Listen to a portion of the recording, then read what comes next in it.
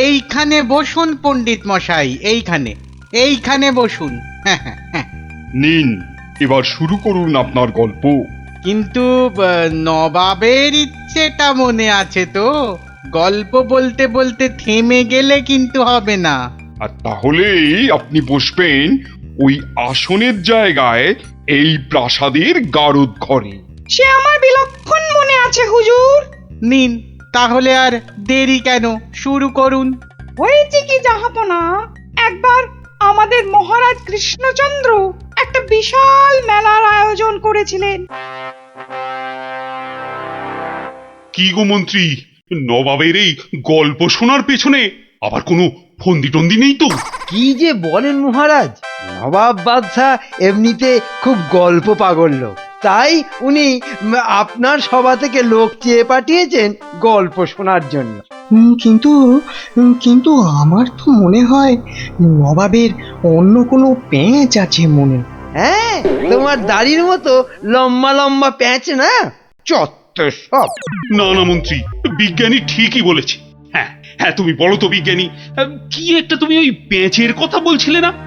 যদি যদি নবাবের মাথায় কোনো বদ বুদ্ধি না থাকে, তবে তবে ওনার দূত কেন বললো যে গল্প বলতে বলতে থেমে গেলে কিন্তু চলবে না? কিন্তু কিন্তু গল্প শেষ হলে তো থামতেই হবে, সেটাই তো নিয়ম। ঠিক ঠিক। আহা, এখনই এত চিন্তার কি আছে? হ্যাঁ, আগে দেখুন আমাদের রাজপণ্ডিত কি গল্প বলে, আর নবাব সেটা শোনার পর আর গল্প শুনতে চান কি না। ব্যাস, এইভাবে আমি মহারাজের রাজসভায় রাজ পণ্ডিতের কাজ পেলাম। বুঝলাম। তারপর? তারপর তারপর আর কি, গল্প তো শেষ।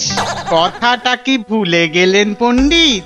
ওই যে যতক্ষণ না নবাব চাইছেন ততক্ষণ পর্যন্ত থামানো যাবে না আপনার গল্প বলা। আচ্ছা, তাহলে আরেকটা গল্প শুরু করি। ওটি হচ্ছে না, ওই গল্পটাই বলতে হবে। ও বাবা, গল্প শেষ হয়ে গেলে আর কি করে গল্প বলবো? সেটা তো আমার জানার কথা নয়। যাও, প্রাসাদের গারদ ঘরে গিয়ে পচে মরো গিয়ে। না না না নবাব, আমাকে ছেড়ে দিন, আমাকে ছেড়ে দিন, আমাকে ছেড়ে দিন জাহাপনা। নিশ্চয়ই ছাড়বে, কিন্তু আর একজনকে যে পাঠাতে হবে তোমাদের রাজ্য থেকে। যে এসে আমাকে গল্প বলে খুশি করে তোমাকে ছাড়িয়ে নিয়ে যাবে। যাও যাও যাও যাও যাও যাও দূত, জলদি গিয়ে মহারাজকে খবর দাও।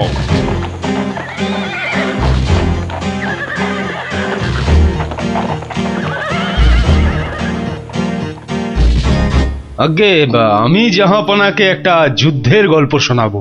সে শোনাও, কিন্তু থামলে চলবে না কিন্তু, তাহলেই রাজপণ্ডিতের সঙ্গে একসাথে থাকার জন্য গারদে চালন করব, কেমন? শুনুন, সেবার খাম্বাজ রাজার সঙ্গে যুদ্ধে কতগুলো খাম্বাজ সৈন্য কি করেছে, ওদের গায়ের জামা থেকে খা কথাটা খুলে নিয়েছে। হ্যাঁ, তাতে হয়েছেটা কি? বাহ, তাহলে তো ওদের আর খাম্বাজ সৈন্য বলে চেনাই যাবে না। বটেই তো, তুমি কি করলে? বাবা, আমার নামও সেনাপতি সনাতন সেন, আমার চোখ এড়িয়ে যাবে কি করে? তারপর? আমি তড়াক করে লাফ মেরে ওদের সামনে গিয়ে দাঁড়ালাম, আর আমাকে দেখেই তো ওদের প্রায় ওই এই ইয়ে হয়ে যায় আর কি। এই আমাকে মারার জন্য তরোয়াল ওঠাতেই এমন জোরে একটা থাপ্পড় দিলাম, ব্যাস সঙ্গে সঙ্গে একটা থাপ্পড়েই 10 জন সৈন্য অজ্ঞান। একটা মাত্র থাপ্পড় আর 10 জন সৈন্য অজ্ঞান? বাবা চালাকি, আমার নাম সেনাপতি সনাতন সেন। তারপর? তারপর আর কি, আমরা জিতে গেলাম, ব্যাস গল্প শেষ। এ কি? আরে তারপর কি হলো? তারপর আর কি করে জানবো? এই এই বেটাকে গারদে ঢোকাও এক্ষুনি। কেন জাহাপনা? না না জাহাপনা, আমাকে ছেড়ে দিন জাহাপনা। এ কি? বেটা আমার সঙ্গে মশকরা হচ্ছে? সেনাপতিকে পাঠিয়েছে আমাকে গল্প শোনানোর জন্যে। উজির, এ উজির! হ্যাঁ জাহাপানা, বুঝেছি বুঝেছি জাহাপানা। এই দূত, এক্ষুনি যাও, মহারাজকে বলো এবার ঠিকঠাক লোক গল্প বলার মতো যদি না পাঠায় তাহলে কিন্তু নবাব খুব ক্ষেপে গিয়ে কৃষ্ণচন্দ্রকেই সিংহাসন থেকে নামিয়ে দিয়ে আমাকেই কৃষ্ণনগরের রাজা করে দেবেন, তাই না জাহাপানা? হ্যাঁ, ঠিক তাই। আরে যাও যাও যাও, দাঁড়িয়ে থেকো না, জলদি যাও। আহা, এবার আমার ভাগ্য খুলেছে।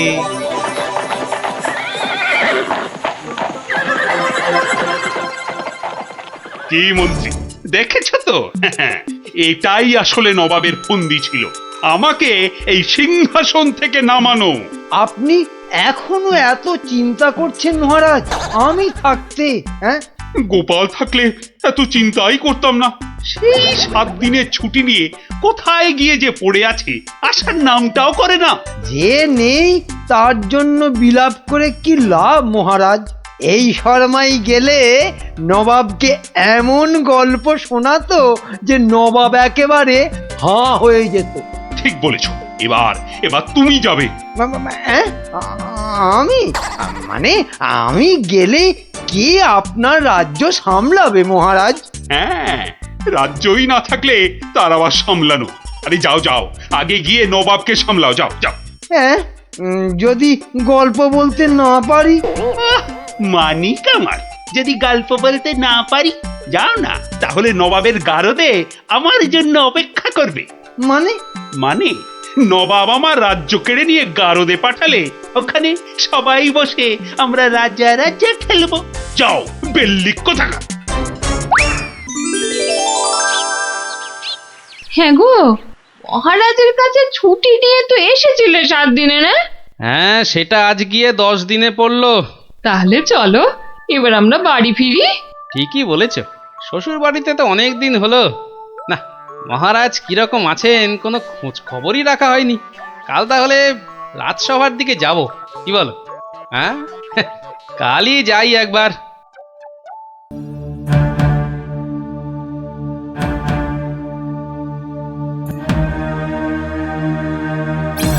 এ কি মহারাজ, বসে আছেন? তোমার আর তাতে কি? তোমার শুধু শ্বশুর বাড়িতে ভালো মন্দ খেতে পারলেই তো হলো। না মহারাজ, ওই আসলে ওই অনেকদিন পরে গেলাম তো, ওরা কিছুতেই ছাড়তে চায় না। হ্যাঁ, এদিকে আমার তো এই কৃষ্ণনগরের সিংহাসনটাই মনে হচ্ছে ছাড়তে হবে। বলেন কি? তাহলে শোনো, ব্যাস, আর আমাকে পায় কে? সব উত্তর আমি বই দেখেই টুকে দিলাম। বাহ, তাহলে টুকেই তুমি মন্ত্রিত্বের পরীক্ষায় পাশ করে গেলে। শুধু কি তাই, মৌখিক পরীক্ষার সময় মহারাজের পেটটা খুব গন্ডগোল করলো, আর আমিও মুখে পরীক্ষা না দিয়ে ড্যাং ড্যাং করে মন্ত্রী হয়ে গেলাম। বুঝলাম, কিন্তু তারপর? তারপর তারপর আমি চাকরি করি আর মাইনে পাই, চাকরি করি আর মাইনে পাই। তারপর? তারপর আমি বিয়ে করলাম। তারপর? তারপর তারপর বউয়ের কথায় টুকটাক কোষাগার থেকে পয়সা সরাতে লাগলাম। তারপর? তারপর আর কি, যা করি সবই তো বললাম।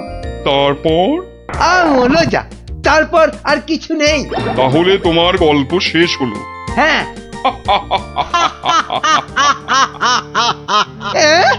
হ্যাঁ নয়, হ্যাঁ। এবার তাহলে তোমাকেও যে গারদে পুড়ে দেওয়া হবে। আর তোমার মহারাজকেও কৃষ্ণনগরের সিংহাসন থেকে নামিয়ে দেয়া হবে। ওরে বাবা রে, জাহাপনা, এবারের মতো মাফ করে দিন, এবারে আমার নজর যখন একবার কৃষ্ণনগরের সিংহাসনের দিকে পড়েছে তখন আর কাউকে কোনো মাফ নেই। আর তোমাকে তো শুধু গারদে রাখবো না, তোমাকে বাঘে খাওয়াবো। আগের বার খুব জোর বেঁচেছিলে। ওরে বাবা, কি করা যায় তাহলে, কি করা যায়? হ্যাঁ হ্যাঁ, গোপাল, হ্যাঁ হ্যাঁ, গোপাল পেয়েছি। জাহাপনা, আগের বার গোপাল আমাকে নিয়ে পালিয়েছিল, আমি যেতে চাইনি। বটে, গোপাল? আচ্ছা উজির, গোপাল তো এখনো গল্প বলতে আসেনি। না জাহাপানা, ওটাকে সরাতে পারলেই আমার রাজা হওয়া কেউ আটকাতে পারবে না। কি বকছো বিড়বিড় করে? না না না জাহাপানা, বলছিলাম যে গোপালকে আসতে বলি। নিশ্চয়ই, ওকেও যে আমার গারদে লাগবে। দূত, যাও গিয়ে কৃষ্ণচন্দ্রকে খবর দাও, গোপালকে পাঠাতে বলো। শেষ ভরসা এখন ওই গোপাল। বুঝলে তো অবস্থাটা? আমাকে যেতে দিন মহারাজ। না না গোপাল, আর আমি আমার রাজসভার কাউকে নবাবের কাছে ওই গারদে আটকে রাখার জন্য পাঠাতে পারবো না। আহা, গারদে আটকে থাকার জন্য তো পাঠাবেন না, নবাবকে গল্প শোনাবার জন্য পাঠাবেন। তোমার কি মাথাটা খারাপ হয়ে গেল গোপাল? না না, আমার রাজত্ব সিংহাসন কিচ্ছু চাই না, আর প্রজারাও আমার জন্য অসুবিধে পড়ুক সেটা তো আমি একেবারেই চাই না। কিন্তু নবাব যখন শেষ সুযোগ একটা দিয়েছেন, তখন তো সেটার সদ্ব্যবহার করতে হবে। তাহলে গোপাল, তোমার গল্প শুরু করো। শর্তটা মনে আছে তো? বিলক্ষণ। কিন্তু আমার গল্প শুনতে শুরু করার আগে আমারও যে একটা ছোট্ট শর্ত আছে। তোমার আবার শর্ত? বলে ফেলো, বলে ফেলো। আমার গল্প বলার সময় কিন্তু কোনো মতেই বাধা দেওয়া বা গল্প বলা বন্ধ করতে বলা চলবে না, আর সেটা করলেই আমি যা চাইবো তাই দিতে হবে। বেটা কখন গল্প বলা শেষ করে গারদে চলে যাবে নিজেই বুঝতে পারবে না। আচ্ছা আচ্ছা আচ্ছা আচ্ছা, বলবো না, বলবো না। মনে রাখবেন কিন্তু জাহাপানা। এই বেটা টেকো বাঁটুল, অত বক বক না করে তোমার গল্প শুরু করো তো বাপু। হ্যাঁ, এবার তাহলে শুরু করি। হয়েছে কি, একবার এক ধানের ক্ষেতে প্রচুর ফলন হয়েছে। চারিদিকে শুধু ধান আর ধান, যেদিকে তাকাই শুধু সোনালি রং আর সোনালি রং। এদিকে ধান আর ওদিকে ধান, এই পাশে সোনালি রং আর ওই পাশে সোনালি রং। আরে গো, সেই তো কখন থেকে এক ধান আর সোনালি রঙেই আটকে আছো। হ্যাঁ, এবার হলো কি, সেই ক্ষেতের পাশে ছিল এক দঙ্গল পঙ্গপাল। তারপর? তো সেই ধানের গন্ধ নাকে গেল প্রথমে এক পঙ্গপালের। তারপর? ব্যাস, সেই পঙ্গপাল খবর দিল তার পাশের পঙ্গপালকে। তারপর? সেটা খবর দিল আরেক পঙ্গপালকে। আরে তারপর? সেটা খবর দিল আরেকটাকে। সে তো বুঝলাম, কিন্তু তারপর? তারপর আরেকটাকে।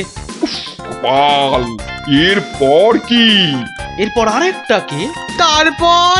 তারপর আরেকটাকে। গোপাল, এটা আমাকে আর বোঝাতে হবে না, কিন্তু এটা কতক্ষণ ধরে চলবে? সে কি জাহাপনা, এতেই এত অধৈর্য হয়ে পড়লে চলবে? সবে তো ৫-৬ হাজারটা পঙ্গপালের মধ্যে খবর ছড়িয়েছে, কিন্তু ওই দঙ্গলে মোট ১০২০ পঙ্গপাল ছিল। তো তারা তো এক এক করে খবর পাবে। হ্যাঁ, মানে? এতেই শেষ নয় নবাব বাদশাহ। এরপর ওরা পৃথিবীর সমস্ত পঙ্গপালকে কিভাবে খবর দেবে, তারপর এক এক করে খেতে গিয়ে কিভাবে ধান খেতে থাকবে, সেসব গল্প বলতে তো সময় লাগবেই জাহাপানা। থাক থাক থাক থাক থাক, আর তোমাকে গল্প বলতে হবে না। না জাহাপানা, গল্প শোনা কিন্তু থামাবেন না, একদম থামাবেন না। বলছো? হ্যাঁ হ্যাঁ জাহাপানা, না হলে আমি রাজা হব কি কি কি কি করে? বটে, এটা তাহলে তোর বুদ্ধি। দেখাচ্ছি মজা। বলো তাহলে, তারপর কি? বলছিলাম কি জাহাপনা, আমি তো আস্তে আস্তে বলছি। ওই উজির সাহেব যদি তাড়াতাড়ি করে বলেন তাহলে আমি গুনতে পারি। ঠিক বলেছো।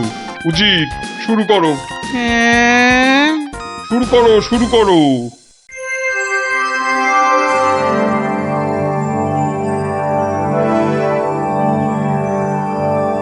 তারপর আর একটা খবর পেল, তারপর আর একটা, তারপর আর একটা, তারপর আর একটা, গোপাল, আর আর কত?